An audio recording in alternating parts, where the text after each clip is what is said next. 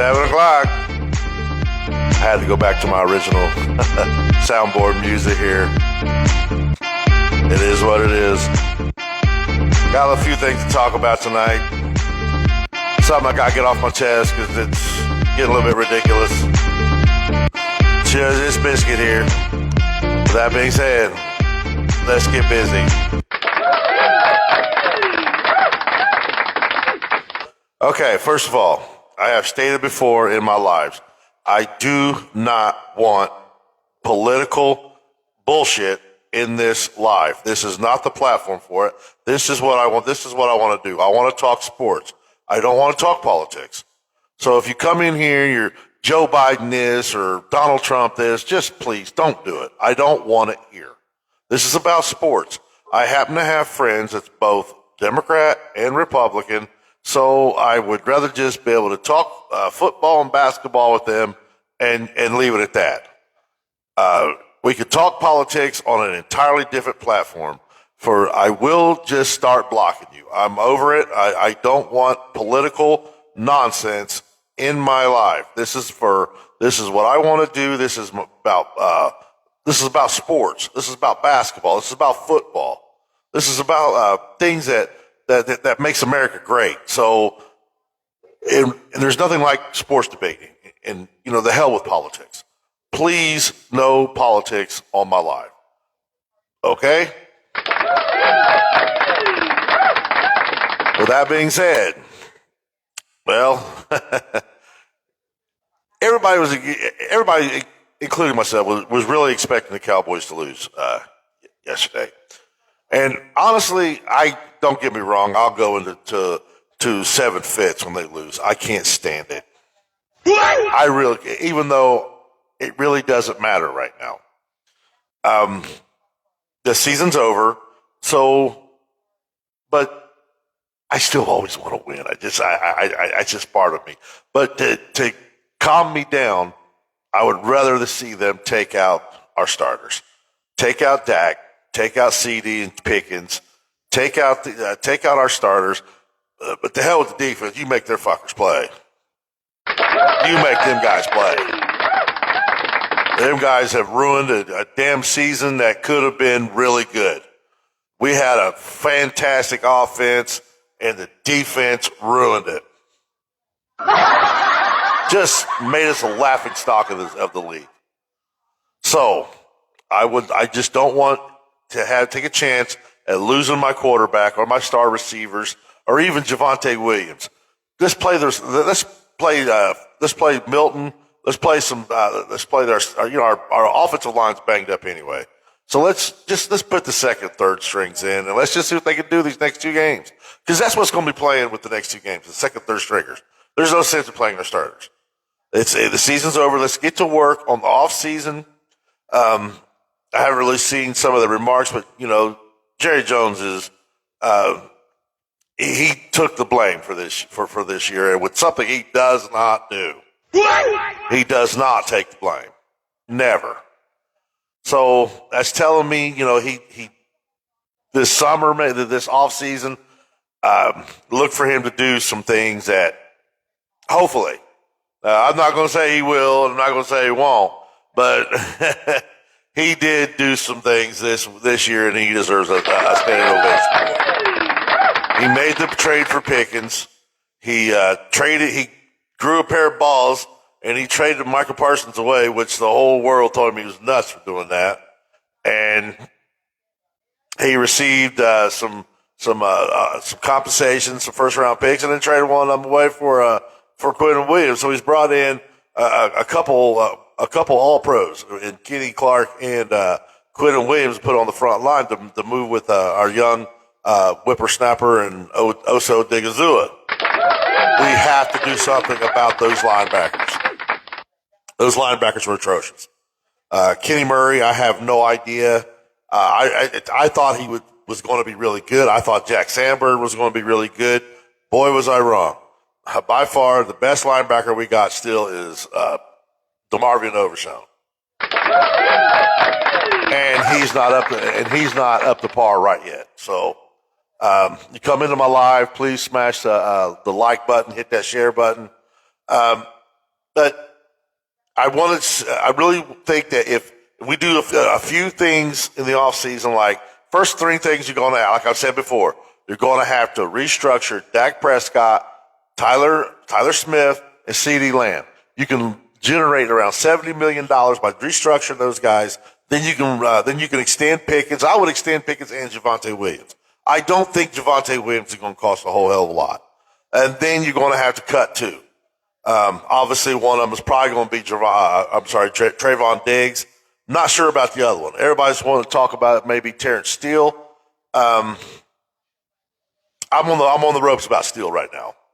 I've seen some good work from him. I've seen some bad work, but some of the things that I want to see is that we got to refix that damn secondary. That secondary is it's really bad. So we need to fix that. Need to you probably got to say goodbye to Donovan Wilson, man. I'm sorry. Dono has been fantastic for the years that we've had him, but he cannot cover in space. And in today's league, you got to cover. We got to have skill guys out there. And though Donovan will hit you and knock the shit out of you, he can't cover in space. And that's a problem. That's a bad problem.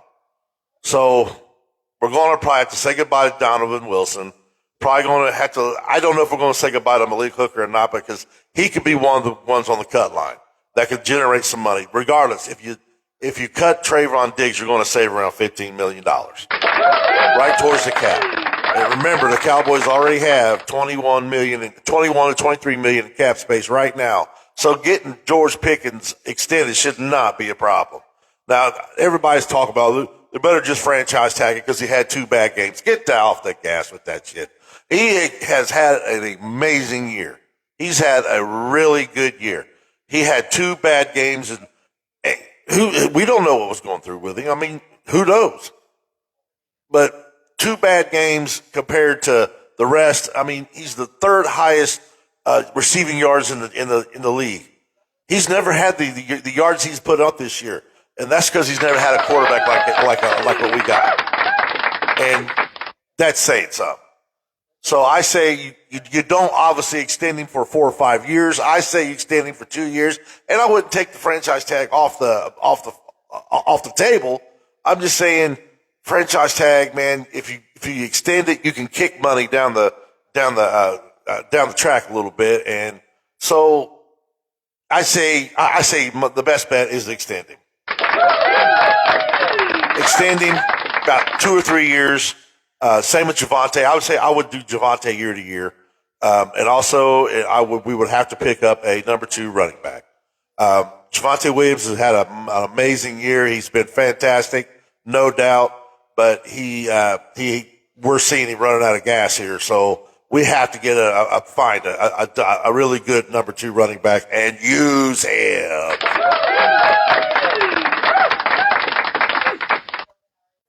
So, with some of these ideas, I am glad that the Cowboys I am never going to say I'm glad. I'm just never going to say I'm glad. I'm going to rephrase that. Kind of glad that Cowboys lost because it means the end of Matt Eberflus in Dallas.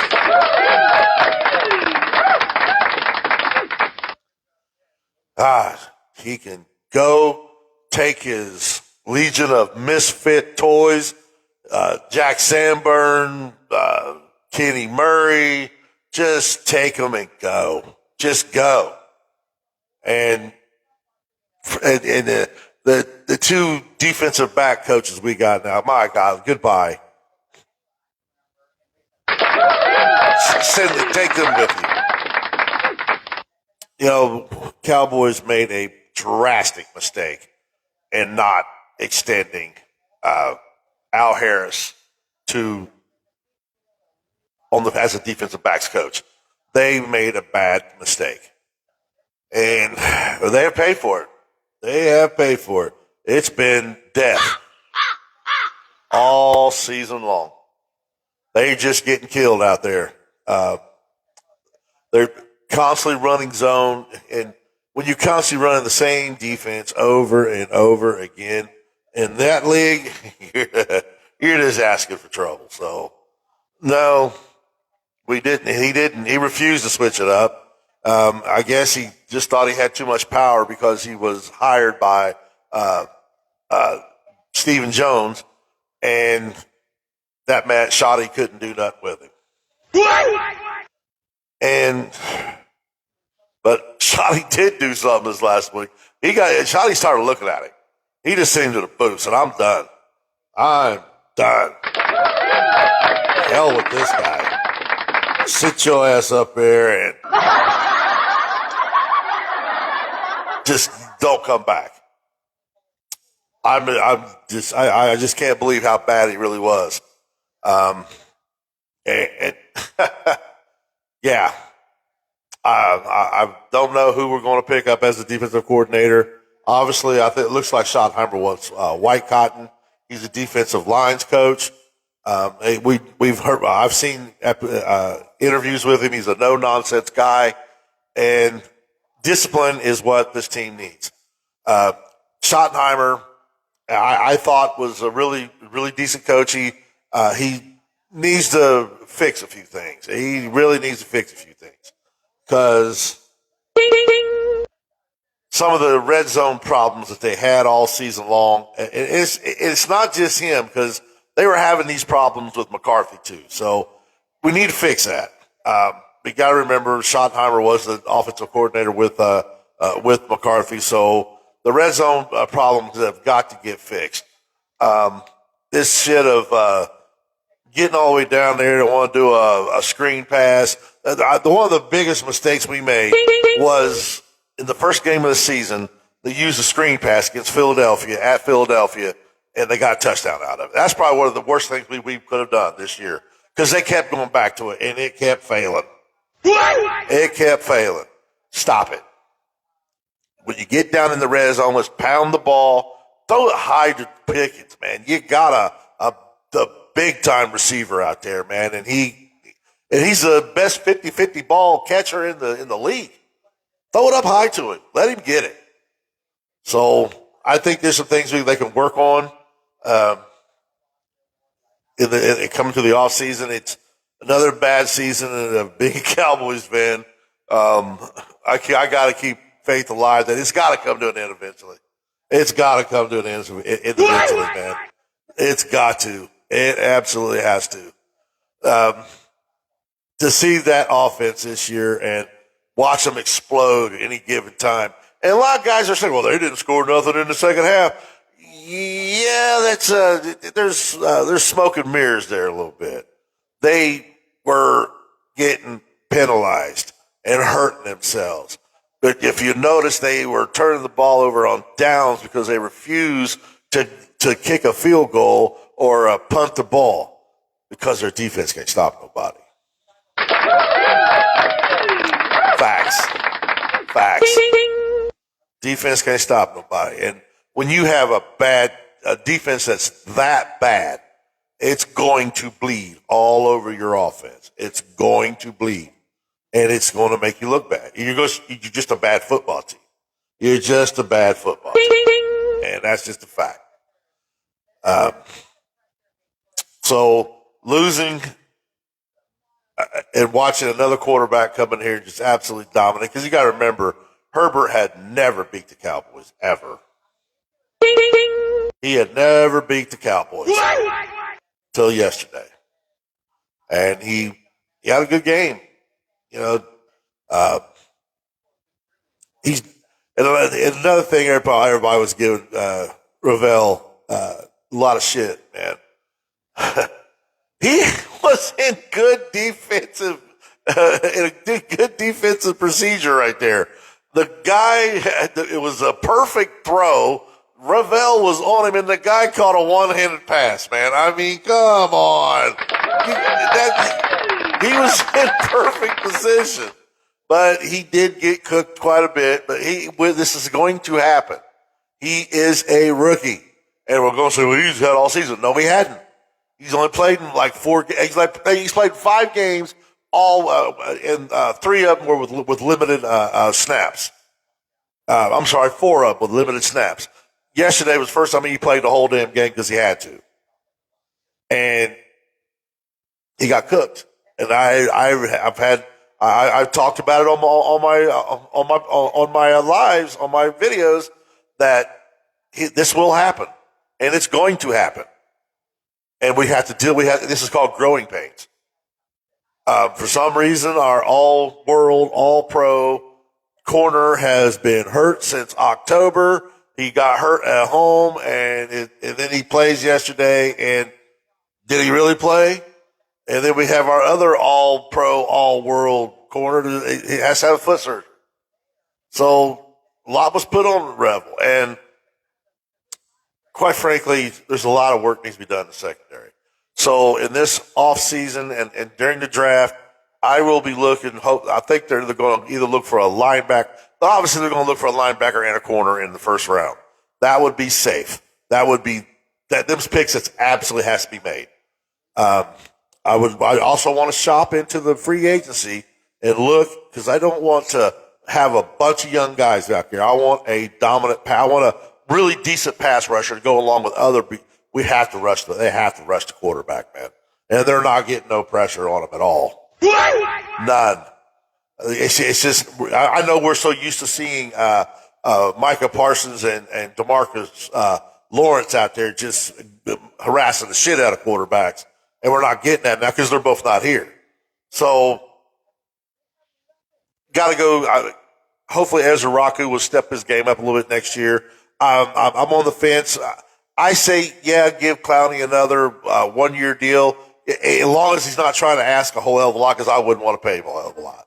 He's going to be 33 years old, and he's not going to be able to play a full game. He's got to be in a rotation. So I say you offer him a 1-year deal, and you keep it as low as possible. So, but I would try to keep Clowney. I would. Some of the people in the secondary, there's a few of them out there. I want to have a shot at seeing Butler healthy again. He deserves it. He can play, but he's been hurt all year. So I want to see him play in the preseason coming up, in how good he does in mini camps and OTAs and all that. So we'll see if he can make a comeback. Carson, I'm on the fence about him too. So I want to see him to succeed. And Hooker, I don't know, but definitely got to move off from Donovan Wilson, man. He cannot cover in space, and not being able to cover in space is just not going to cut it in this league. So I hate it because I've always liked Dono. He has made some amazing hits, and yeah. So I hate to see him go, but at the same time, I understand. So, and with that being said, I'm going to wrap it up tonight and let y'all know that I'll be back on 7 o'clock tomorrow. We'll hopefully be talking about see what's going on with the girls in WNBA. Hopefully we can get a season in. But until then, you know what it is. We still them boys. Good night.